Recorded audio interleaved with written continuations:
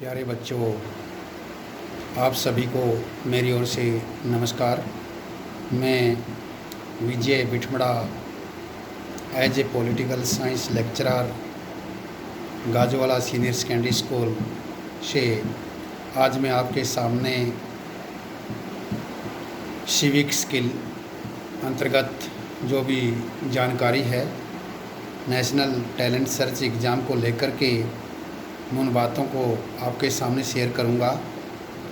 प्यारे बच्चों, लॉकडाउन की इस प्रक्रिया में आप सभी अपने स्थान पर सकुशल होंगे और मैं परमात्मा से दुआ करता हूं कि जल्दी ही ये सब कुछ सामान्य हो, ताकि राष्ट्र निर्माण की इस प्रक्रिया में एक बार फिर हम ज़ोर शोर से अपना योगदान दे सकें। प्यारे बच्चों, जैसा आप सभी को जानकारी होनी चाहिए, नेशनल टैलेंट सर्च एग्ज़ाम वही बच्चे दे पाते हैं जो 10th क्लास में अपीयर है। प्यारे बच्चों, मैं आपकी जानकारी के लिए बताना चाहूँगा, 9th क्लास और 10th क्लास का जो भी वो सोशल स्टडीज़ की बात हो या विज्ञान की बात हो, गणित की बात हो, ये सभी विषयों के अंतर्गत आप सभी वो करने का काम करोगे जो 9th क्लास और 10th क्लास में आप पढ़ते हैं। प्यारे बच्चों, आज मैं आपके सामने जो जानकारी देने का काम करूंगा, मुझे उम्मीद है आप पूरी एकाग्रता के साथ पूरा ध्यान लगा करके इन सब बातों को फॉलो करने का काम करेंगे। प्यारे बच्चों, ज़िंदगी में वही सफल होता है जो किसी भी बात को सीखने के लिए उसके मन में पूरी जिज्ञासा हो। वही महान आत्माएं, वही परम आत्माएं संसार में बनने का काम करती है जो कि किसी भी काम को पूरी मेहनत और लगन के साथ करके आगे बढ़ता है। प्यारे बच्चों, आज इसी संदर्भ में मैं एक कहानी के माध्यम से आपको हमारे संविधान के बारे में बताने का काम करूंगा।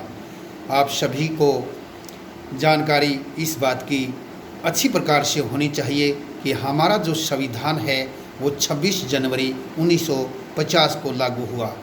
इस दिन को हम प्रत्येक वर्ष रिपब्लिक डे यानी कि गणतंत्र दिवस के रूप में मनाने का काम करते हैं। प्यारे बच्चों, हमारा देश 15 अगस्त 1947 को स्वतंत्र हुआ। इस दिन को हम स्वतंत्रता दिवस के रूप में मनाने का काम करते हैं। ये अधिनियम 1947 के अंतर्गत हमें अंग्रेज़ों के द्वारा इस देश को आज़ादी देने का काम किया गया। जिस समय हमें आज़ादी मिली उस समय इंग्लैंड के अंदर प्रधानमंत्री एटली थे। एटली का संबंध लेबर पार्टी से था। प्रत्येक बात को आप बड़े गौर से सुनने का काम ज़रूर करोगे, ताकि हम अपने माँ बाप की जो इच्छाएं हैं, जो डिज़ायर है, उनकी आंखों में एक सपना है, आपके अध्यापकों का एक सपना है, वो उन की तरफ आप ध्यान दे करके जीवन में यदि आपको कुछ करना है तो प्रत्येक एक एक बात को पूरे ध्यान से सीखने की आदत आपको हमेशा डालनी चाहिए।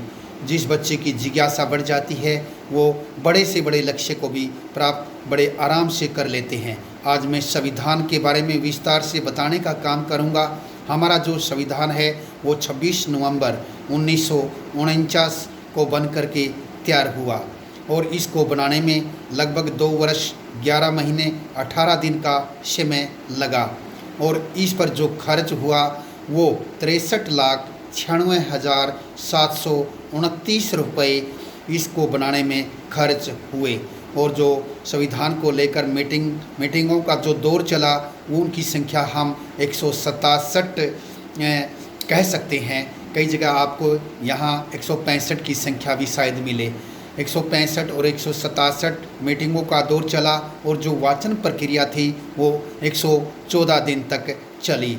प्यारे बच्चों, हमारा संविधान लिखित संविधान है। लिखित संविधान है। इंग्लैंड का संविधान अलिखित है। अमेरिका का संविधान लिखित है। अमेरिका का संविधान कठोर संविधान है। लेकिन हमारा जो संविधान है वो लचीला है और कठोर है। समय के अनुसार हम इसमें परिवर्तन कर सकते हैं। इसीलिए हमारे संविधान को जीवंत संविधान की संज्ञा दी गई है। जीवंत संविधान वो होता है जिसमें समय और परिस्थितियों के अनुसार परिवर्तन किया जा सके। तो जिस समय हमारे संविधान का निर्माण किया गया उस समय हमारे देश की परिस्थितियों का पूरी तरह से ख्याल रखा गया। संविधान सबसे पहले प्यारे बच्चों, एक ही लाइन में आप संविधान की परिभाषा दे सकते हैं। संविधान कुछ निश्चित नियमों, उपनियमों व सिद्धांतों का एक समूह होता है जिसको हम संविधान कह सकते हैं। जिस प्रकार से परिवार को चलाने के लिए कुछ नियम, कानून, कायदे हमें बनाने पड़ते हैं, उसी तरह से देश को चलाने के लिए भी कुछ नियमों की, उपनियमों की, कुछ सिद्धांतों की ज़रूरत पड़ती है।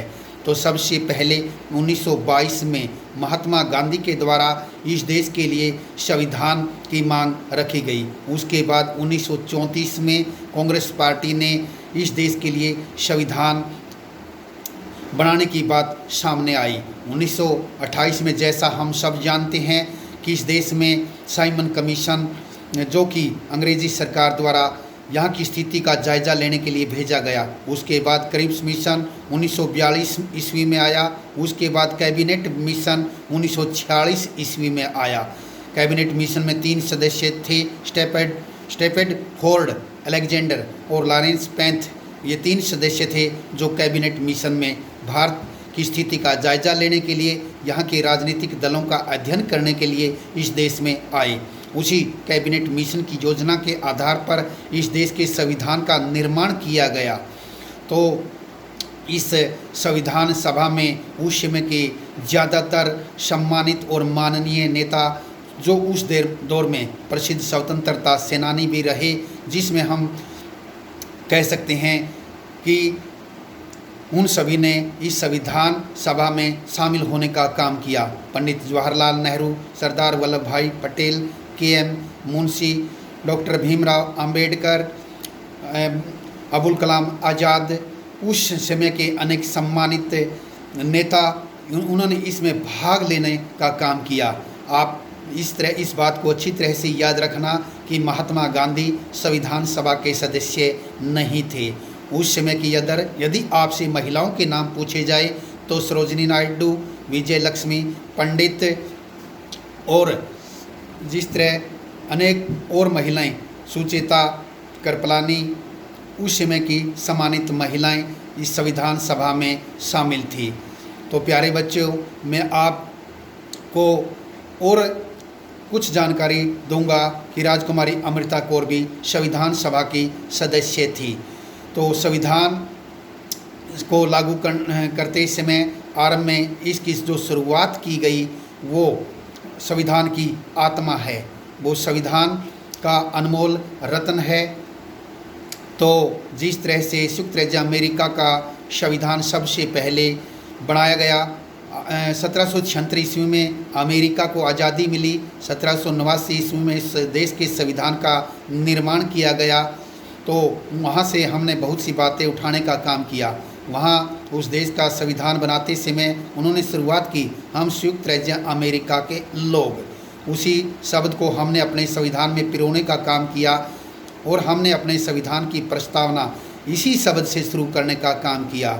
हम भारत के लोग भारत को संपूर्ण प्रभुत्व संपन्न, समाजवादी, धर्मनिरपेक्ष और लोकतांत्रिक राज्य बनाने के लिए इसके समस्त नागरिकों को सामाजिक, आर्थिक, राजनीतिक न्याय दिलाने, विचार, अभिव्यक्ति, विश्वास, धर्म और उपासना की स्वतंत्रता तथा इसके नागरिकों की प्रतिष्ठा एवं अवसर की समता प्राप्त कराने, उन सब के बीच व्यक्ति की गरिमा एवं राष्ट्र की एकता व अखंडता को सुनिश्चित करने वाली बंधुता को बढ़ाने के लिए दृढ़ संकल्प होकर आज संविधान सभा में 26 नवंबर 1949 के दिन यानी कि मिति मार्ग शुक्ला सप्तमी संवत 2007 विक्रमी इस संविधान को अंगीकृत, अधिनियमित व आत्मार्पित करते हैं। इस तरह से हमारे संविधान की ये प्रस्तावना अंकित की गई और इसका जो उद्देश्य प्रस्ताव था वो पंडित जवाहरलाल नेहरू ने 13 दिसंबर 1946 को संविधान सभा में प्रस्तुत करने का काम किया गया और उसको 22 जुलाई 1946 को पारित किया गया। तो संविधान का जब निर्माण किया गया, यहाँ अनेकों समितियाँ बनाई गई। जिस तरह से केंद्रीय शक्ति को लेकर एक समिति का निर्माण किया गया, केंद्र सरकार के संविधान को लेकर के एक समिति का निर्माण किया गया। प्रांतों के संविधान को लेकर के एक समिति का निर्माण किया गया। अल्पसंख्यक और मौलिक अधिकारों को लेकर के एक समिति का निर्माण किया गया। राज्यों और केंद्र के बीच में वित्त विभाजन को लेकर के एक समिति का निर्माण किया गया। यहाँ एक प्रारूप समिति का निर्माण भी किया गया, जिसका चेयरमैन डॉक्टर भीमराव अंबेडकर को बनाया गया। प्रारूप समिति में कुल मिलाकर के 7 सदस्य थे। इनमें अन्य जो व्यक्ति थे वो अय्यर, अयंगर, के.एम. मुंशी, मित्तर, धवन, कुल मिलाकर के कृष्णामाचारी 7 सदस्य इस कमेटी में शामिल किए गए। प्रारूप यानी कि ड्राफ्ट समिति, यानी कि प्रारूप समिति, यानी कि इस समिति का निर्माण इन 7 सदस्यों ने डॉक्टर भीमराव अंबेडकर की देखरेख में करने का काम किया गया। प्यारे बच्चों, आज मैं आपको बताना चाहूँगा, सबसे पहले जुलाई 1946 में एक संविधान सभा कैबिनेट मिशन योजना के आधार पर बनाई गई। जुलाई 1946 में इसका चुनाव हुआ। ये भारतीयों की एक सभा थी। भारतीय लोगों ने हमारे स्वयं के संविधान को बनाने का काम किया। इससे पहले हमारा जो भाग्य था, इस देश का जो भाग्य था, वो इंग्लैंड की संसद में लिखा जाता था। इंग्लैंड की संसद, जिस संसद को विश्व की सभी संसदों की माँ के नाम पर याद किया जाता है। तो संविधान को लेकर के सबसे पहले जो मीटिंग थी, डॉक्टर सच्चिदानंद सिन्हा जो चेयरमैन बनाए गए, 9 दिसंबर 1946 को हुई। इसके तुरंत 2 दिन बाद 11 दिसंबर 1946 को जिसका चेयरमैन बनाया गया डॉक्टर राजेंद्र प्रसाद को, उसके दिशा निर्देश में ये मीटिंग हुई। इसके बाद मीटिंगों का दौर चलता रहा और इन जो अधिवेशन किए गए, सबसे पहले 9 दिसंबर 1946 से लेकर के 23 दिसंबर तक पहला अधिवेशन हुआ। उसके बाद 20 जनवरी 1947 से लेकर के 25 जनवरी 1947 यहाँ अधिवेशन किया गया। उसके बाद 2 अप्रैल 1947 से लेकर 2 मई 1947 तीसरा अधिवेशन किया गया। उसके बाद 14 जुलाई से लेकर 31 जुलाई 1947 के बीच में चौथा अधिवेशन रखा गया। उसके बाद 14 जुलाई से लेकर 30 अगस्त तक 14 अगस्त से लेकर 31 अगस्त के बीच में 5वां अधिवेशन किया गया। इस प्रकार से लगातार यहाँ इस संविधान को लेकर के 167 मीटिंग आपको जैसा पहले बताया गया है वो हुई और भारतीयों की देखरेख में ये संविधान सभा का जो निर्माण का कार्य था वो लगातार चलता रहा। प्यारे बच्चों, हमारे संविधान का हमें थोड़ा सा ज्ञान जरूर होना चाहिए और यदि भविष्य में आपको कुछ करना है तो प्रत्येक बात को पूरी एकाग्रता के साथ जिस दिन आप सुनना सीख जाओगे, उस दिन अपने जीवन के इस पथ पर आगे बढ़ने का काम जरूर करोगे। क्योंकि स्वामी विवेकानंद जी ने कहा था, जो व्यक्ति अपने पर विश्वास नहीं करता वो कभी भी परमात्मा में विश्वास नहीं कर सकता। और तुम जीवन में एक लक्ष्य लो, उसके लिए जीना शुरू कर दो। आगे पीछे दाएं बाएं ऊपर नीचे सब कुछ छोड़ दो। एक लक्ष्य की ओर तुम्हारा ध्यान हो, उसके लिए जीना शुरू कर दो। उसके सोते जागते उठते बैठते वही लक्ष्य तुम्हारी आंखों के सामने हो तो तुम अपने लक्ष्य को भेदने का काम अवश्य ही करोगे। जो भी महान आत्माएं इस संसार में आई है, सभी ने परिश्रम करने का काम किया है, क्योंकि परिश्रम का कोई विकल्प नहीं होता। प्यारे बच्चों, संविधान जरूरी होता है। संविधान के बिना जो शासन होता है वो अराजकता का शासन होता है। क्योंकि जैसा प्रोफेसर ब्राइस ने कहा है, यदि किसी देश की स्थिति का पता लगाना है तो आप सबसे पहले ये देखने का काम करो कि वहाँ की कानून व्यवस्था कैसी है। जिस देश का अपना कोई संविधान नहीं होता वहाँ अराजकता की स्थिति देखने को मिलती है। इसलिए प्यारे बच्चों, हमें रिलैक्स होकर, हमें बिल्कुल फ्रेश होकर के प्रत्येक कार्य को अंजाम देना चाहिए। यदि आप जीवन में कुछ करना चाहते हो तो हमारा जो ध्येय है, हमारा जो लक्ष्य है वो हमारे सामने होना चाहिए। दृढ़ संकल्प जो हमारा एक बल भी है, उसको सामने रख कर के आप कोई भी काम करिए। क्योंकि एक जो अच्छा टीचर है वो आपको बताने का काम करेगा, एक श्रेष्ठ टीचर जो है वो आपको समझाने का काम करेगा। और एक सर्वश्रेष्ठ टीचर जो आपको वो दिखाने का काम करेगा, और सबसे अच्छा टीचर वो माना गया है जो आपको आगे बढ़ने के लिए प्रेरित करेगा, क्योंकि गाइड के बिना इस संसार में कोई भी लक्ष्य पूरा नहीं हो सकता।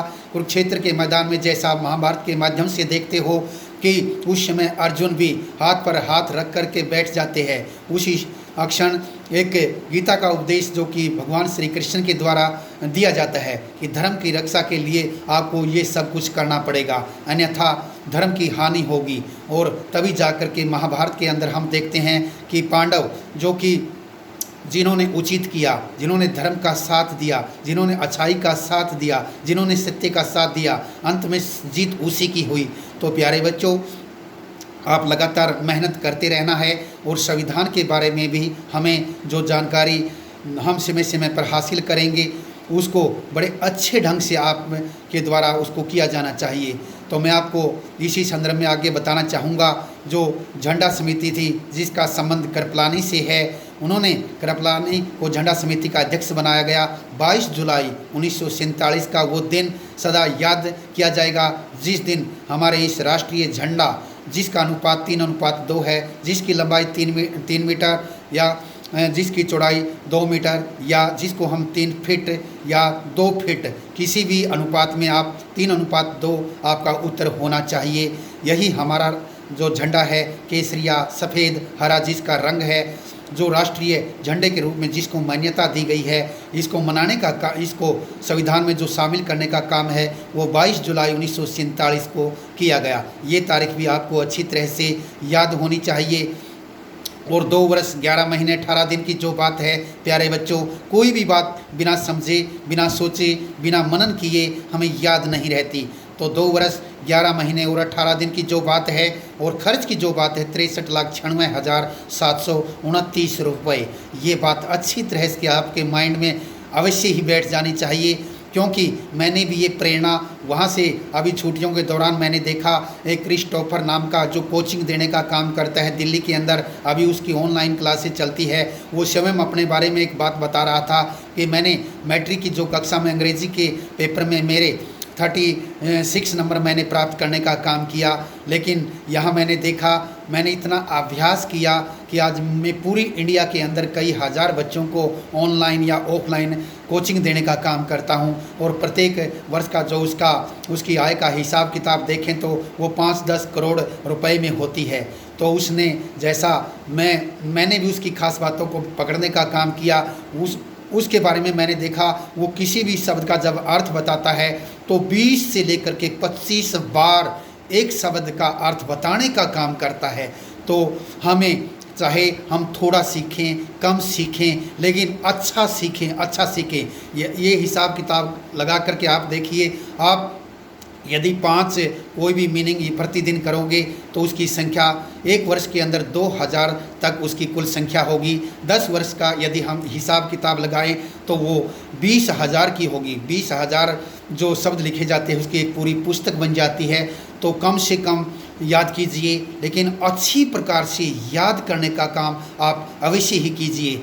आगे मैं बताना चाहूँगा, जिस संविधान का हमने निर्माण करने का काम किया उसके अंदर हमने क्या क्या पिरोने का काम किया। सबसे ज़्यादा प्रभाव यदि हम देखें 1935 के एक्ट का जो प्रभाव है हमारे संविधान के ऊपर, वो सबसे ज़्यादा पड़ा है। 1935 के एक्ट की 200 धाराओं का ज्यों का त्यों हमारे संविधान में रखने का काम किया है। उस 352 और 356 का जो काम है वो राष्ट्रपति शासन लागू जिसके अंतर्गत किया जा सकता है। 356 की बात है, वो राष्ट्रीय आपात की घोषणा जो की जाती है वो 352 अनुच्छेद की बात है। तो इससे आगे चलकर हम देखेंगे केंद्र की यह सूची है जिस पर केंद्रीय सरकार कानून बनाने का काम करती है। राज्य सूची है जिस पर राज्य सरकार कानून बनाने का काम करती है। समवर्ती जो सूची है जिस पर दोनों सरकारें कानून बनाने का काम कर सकती है। केंद्रीय सरकार जैसा आरंभ में संविधान में लिखा गया 97 विषयों पर कानून बना सकती है। राज्य सरकार 66 विषयों पर कानून बना सकती है। समवर्ती सूची में 47 विषयों को रखा गया है। इस प्रकार केंद्रीय सूची और राज्य सूची, समवर्ती सूची, ये बातें भी सब 1935 के एक्ट में रखी गई थी। और आगे मैं आपको बताना चाहूँगा जो 2 सदन है लॉर्ड सदन और कॉमन सदन, जैसा कि इंग्लैंड की दो सदन है इंग्लैंड की संसद में, हमारे यहाँ भी लोकसभा और राज्यसभा या प्रत्येक राज्य के अंदर राज्य विधानसभा या राज्य विधान परिषद जो दो सदन है वो भी 1935 के एक्ट की देन है। तो सबसे ज़्यादा प्रभाव हमें याद रखना है 1935 के एक्ट का हमारे संविधान के ऊपर हम देख सकते हैं। आगे हम सीखने का काम करेंगे कि हमने अमेरिका के संविधान से क्या सबक लिया, उनकी किन बातों को हमने अपने संविधान में रखने का काम किया। तो प्यारे बच्चों मैं आपको बताना चाहूँगा जो मौलिक अधिकार है वो अमेरिका के संविधान से उन बातों को उठाया गया है। जो उपराष्ट्रपति की शक्तियाँ हैं उन बातों को अमेरिका के संविधान से उठाया गया है। जो प्रत्येक उच्च न्यायालय हो या उच्चतम न्यायालय हो वहाँ जो जजेज है, वहाँ जो न्यायाधीश है, उनको हटाने की जो प्रक्रिया है वो बात भी अमेरिका के संविधान से उठाई गई है। हम भारत के लोग इस शब्द को भी मैं जैसा आपको पहले बता चुका हूँ वो सब बातें भी अमेरिका के संविधान की देन है। आगे मैं बताना चाहूँगा आपको कि इंग्लैंड के संविधान से हमने क्या सीखने का काम किया। प्यारे बच्चों आप सब जानते हैं जो इंग्लैंड का संविधान है वो अलिखित है। वहाँ जो भी निर्णय किए जाते हैं वो ट्रेडिशनल यानी कि परंपराओं के आधार पर किए जाते हैं। तो मैं बताना चाहूँगा कि जो संसदीय शासन प्रणाली है वो बात हमने इंग्लैंड से सीखी है। जो कानून का शासन है वो बात हमने इंग्लैंड के संविधान से सीखी है। जो मनोनीत नेता किया जाता है किसी भी बहुमत प्राप्त दल का, तो उसको प्रधानमंत्री बनाया जाता है, ये बात भी हमने इंग्लैंड के संविधान से सीखने का काम किया है। तो इंग्लैंड के संविधान का हमारे संविधान के ऊपर भी अच्छा प्रभाव देखने को मिलता है, क्योंकि 200 वर्षों से ज़्यादा उस देश के द्वारा इस देश को परतंत्र बनाने का काम किया। उस लंबे संघर्ष के बाद इस देश को आज़ादी मिली। उसके बाद हम पूर्ण प्रभुत्व वाले देशों में शामिल किए गए। तो आज राष्ट्रमंडल जो शब्द है, कॉमनवेल्थ शब्द आप कई बार सुनते होंगे। राष्ट्रमंडल किन देशों को कहा जाता है? उन देशों को कहा जाता है जो कभी इंग्लैंड के नियंत्रण में थे। तो इंग्लैंड के नियंत्रण में थे, वहाँ जो पद है एक राष्ट्रपति की जगह वहाँ राजा या रानी, सम्राट या सम्राज्ञी होते हैं। उसी तरह हमारे देश के अंदर राष्ट्रपति और प्रधानमंत्री को रखा गया है। हमारे देश में जो राष्ट्रपति का जो पद है वो सम्मानित पद है। सम्मानित पद है, गणतंत्रात्मक व्यवस्था है इस देश के अंदर। राष्ट्रपति यहाँ एक निर्वाचक मंडल के माध्यम से प्रत्यक्ष या अप्रत्यक्ष के ढंग से जनता के द्वारा ही चुना हुआ प्रतिनिधि होता है। तो आगे मैं बताना चाहूँगा कि आयरलैंड के संविधान से हमने क्या लिया। जो नीति निर्देशक सिद्धांत है अनुच्छेद 36 से लेकर 51 के बीच में जिनको रखा गया है वो सब आयरलैंड के संविधान से वो सब बातें हमने लेने का काम किया है। नीति निर्देशक सिद्धांत जैसा प्यारे बच्चों आपको ये बात भी ध्यान में रखनी है कि हमारे जो संविधान में 395 अनुच्छेद है वो बात अलग है। आज इनकी संख्या 448 तक पहुंच चुकी है। हमारे संविधान में जो अनुसूची है उनकी संख्या 12 है, आरंभ में वो 8 थी। हमारे संविधान में जो भाग है, अध्याय है, उनकी संख्या 22 है। यानी कि 395, 12 और 22 के आंकड़े को भी आपके द्वारा अच्छी तरह से इसको समझना ज़रूरी है। प्यारे बच्चों मैं आपको आगे बताना चाहूँगा कि ऑस्ट्रेलिया के संविधान से हमने क्या सीखने का काम किया। समवर्ती सूची जो सिद्धांत है वो सब कुछ ऑस्ट्रेलिया के संविधान से हमने लेने का काम किया है। ऑस्ट्रेलिया के संविधान से जैसा कि राज्यसभा में जो सदस्य है जो कला के क्षेत्र में, विज्ञान के क्षेत्र में, सामाजिक क्षेत्र में, साहित्य के क्षेत्र में जिन व्यक्तियों ने प्रसिद्धि प्राप्त कर ली है उनको मनोनीत करने का काम, ये सब बातें भी हमने ऑस्ट्रेलिया के संविधान से लेने का काम किया है।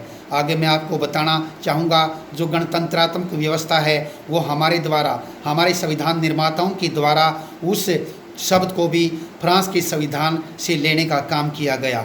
जो कर्तव्य है, कर्तव्यों की संख्या आप सब जानते हैं 11 है, 11, और वो हमने रूस के संविधान से सीखने का काम किया है। मौलिक अधिकार उनकी संख्या 6 है और कर्तव्यों की संख्या उनकी संख्या 11 है। ये बात भी आपको अच्छी तरह से ये अपने माइंड में बैठा लेनी है। प्यारे बच्चों आगे मैं बताना चाहूँगा कि जर्मन के संविधान से हमने क्या लेने का काम किया।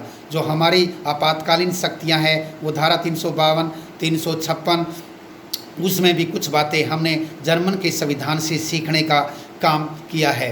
तो अनेक देशों के संविधान से हमने बहुत कुछ लेने का काम किया। कुछ आलोचकों ने हमारे संविधान को उधार ली गई एक थैली या गोंद और कैंची के द्वारा बनाया गया संविधान, इस तरह की संज्ञा देने का काम किया, लेकिन ऐसा कुछ सही नहीं है। प्यारे बच्चों, हमारे संविधान निर्माताओं ने इस देश की जनसंख्या को देखते हुए, इस देश की भौगोलिक स्थिति को देखते हुए संविधान निर्माण करने का काम किया और वो सब बातें फॉलो करने का काम किया जो विभिन्न देशों के द्वारा अपने संविधान का निर्माण करते समय अपनाई गई और जो वहाँ की जनता के हित में पूरी तरह से सही साबित हुई। और इन सब बातों को अपनाने के बाद इस देश के संविधान का निर्माण किया गया।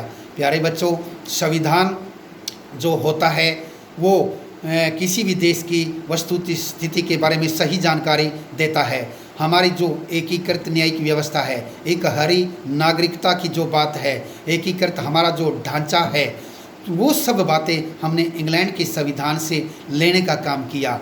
तो आप अंदाज़ा लगा सकते हैं विभिन्न देशों के संविधानों का जो विश्लेषण था, जो उसकी जानकारी थी, जो उसको पढ़ने का काम था, वो हमारे संविधान निर्माताओं ने किया। हमारे संविधान निर्माताओं में उस समय के प्रसिद्ध राजनीतिज्ञ लोग, प्रसिद्ध विद्वान लोग, प्रसिद्ध डॉक्टर लोग, प्रसिद्ध अध्यापक लोग, प्रसिद्ध वकील लोग इसमें शामिल हुए और काफ़ी विचार विमर्श इस प्रत्येक बात के ऊपर किया गया।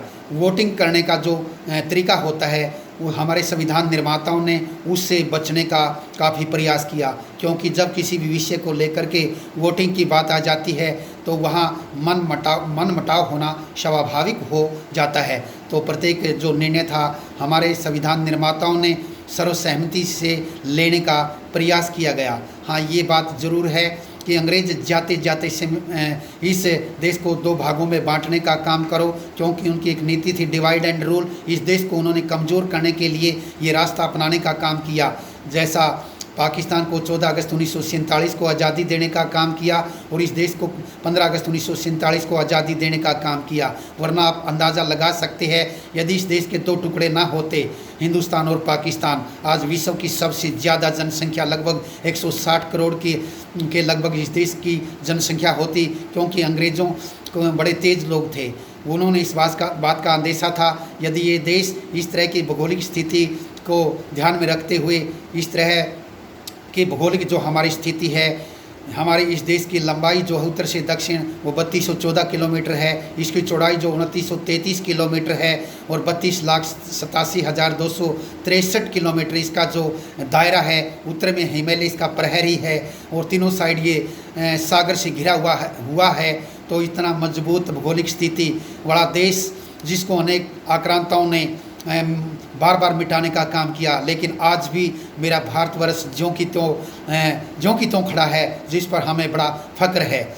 और जब आप मेहनत करके इस देश को सजाने और संवारने का काम करोगे तो कोई भी विश्व की शक्ति इस देश को की ओर आंख उठाने का काम सहज ही नहीं कर पाएगी। बड़ा मुश्किल काम होगा। जिस देश ने अनेक वीरों को जनने का काम किया, अनेक योद्धाओं को जनने का काम किया, यहाँ महात्मा गांधी, यहाँ महात्मा बुद्ध, पैगंबर मोहम्मद, जिन्होंने अपने वसूलों को यहाँ तक बिछाड़ देने का काम किया, भगवान महावीर, श्री कृष्ण की ये भूमि, स्वामी विवेकानंद जी, स्वामी दयानंद सरस्वती जी, स्वामी राम तीर्थ जी, तो कितने महान लोगों की ये भूमि है।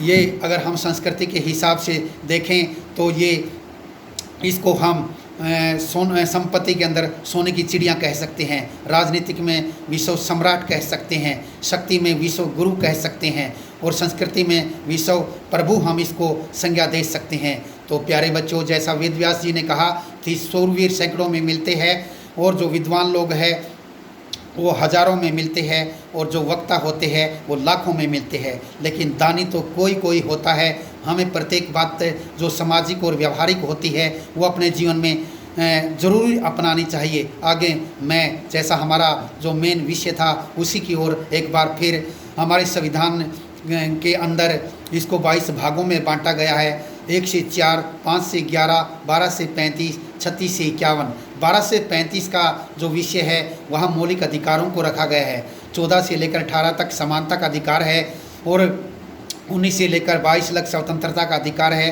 23 और 24 में शोषण के विरुद्ध अधिकार हमारे नागरिकों को दिए गए हैं। 25 से लेकर 28 तक धार्मिक स्वतंत्रता का अधिकार हमें मिला है। 29 और 30 में संस्कृति और शिक्षा का अधिकार हमें मिला है। और संविधान के अनुच्छेद 32 में हमें संवैधानिक उपचारों का अधिकार दिया गया है। पंचायतों से संबंधित जो काम है वो नीति निर्देशक सिद्धांतों के अंतर्गत उनको अनुच्छेद 40 में रखा गया है। और जो ऐतिहासिक स्मारकों की रक्षा करने की बात है उनको अनुच्छेद 49 में रखा गया है। न्यायपालिका और कार्यपालिका के बीच पृथक्करण की जो बात है अनुच्छेद 50 में बताई गई है। अंतर्राष्ट्रीय शांति की स्थापना की जो बात है वो उनको अनुच्छेद 51 में स्थान दिया गया है। पशुपालन और कृषि को लेकर के वो सब बातें अनुच्छेद 48 में बताई गई है। आगे प्यारे बच्चों मैं आपको विस्तार से बताने का काम करूँगा। तो हमारे संविधान में जो वो बातें जो जनता के हित में काम करती है, जनता के लिए ज़रूरी है, किसी भी देश के शासन व्यवस्था को, प्रशासनिक व्यवस्था को चलाने के लिए ज़रूरी है, वो सब बातें इस संविधान में रखी गई है। क्योंकि राष्ट्रपति जो होता है वो संवैधानिक राज्य का मुखिया होता है, जो शासन का मुखिया होता है वो सब पावर प्रधानमंत्री के पास होती है। यानी कि राष्ट्रपति और प्रधानमंत्री विचार विमर्श करके साथ में मंत्रिमंडल से सलाह करके किसी भी स्थिति पर, वस्तु स्थिति पर नज़र रखते हैं और आगे फैसले लेने का काम करते हैं। तो प्रधानमंत्री के बारे में, राष्ट्रपति के बारे में, किसी भी राज्य की शक्ति के बारे में, किसी भी आयोग के बारे में, वो चाहे चुनाव आयोग है, वित्त आयोग है, महिला आयोग है, पिछड़ा वर्ग आयोग है, अनुसूचित जाति आयोग है, वो उन सब विषयों को इसके अंतर्गत रखा गया है। तो कोई भी बात जो समय के अनुसार यदि हमें संशोधन की ज़रूरत पड़ती है वो सब संविधान में उन बातों को ज़रूरत के हिसाब से उनमें परिवर्तन किया जाता है। अभी बहुत सी बार हमारे संविधान में संशोधन हो चुके हैं क्योंकि ये सब कुछ समय की मांग होती है और परिस्थितियों के अनुसार प्रत्येक फैसला लेना पड़ता है।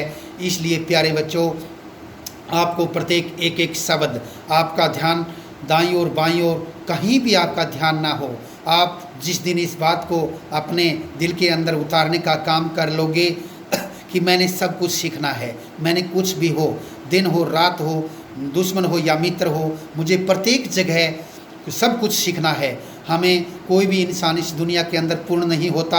हम एक दूसरे के साथ विचार साझा करके जानकारी प्राप्त करते हैं क्योंकि ज्ञान जो है वो सबसे पवित्र है, ये बांटने से बढ़ता है। मैं आपके पास आया, मैंने आपसे सीखा, आप मेरे पास आए, आपने मुझसे सीखा, तो इसमें ज्ञान में बढ़ोतरी हुई। ये हमेशा बांटने की चीज़ें हैं। सब कुछ इस जीवन में बांटने से घटता है, लेकिन ज्ञान एक ऐसी पवित्र चीज़ है जो हमेशा बांटने से बढ़ती है। तो प्यारे बच्चों हमारा जो संविधान है इसके बारे में आप विस्तार से अपनी पुस्तक के अंदर ज़रूर पढ़ना है। वो 9th की सोशल स्टडीज़ की बात हो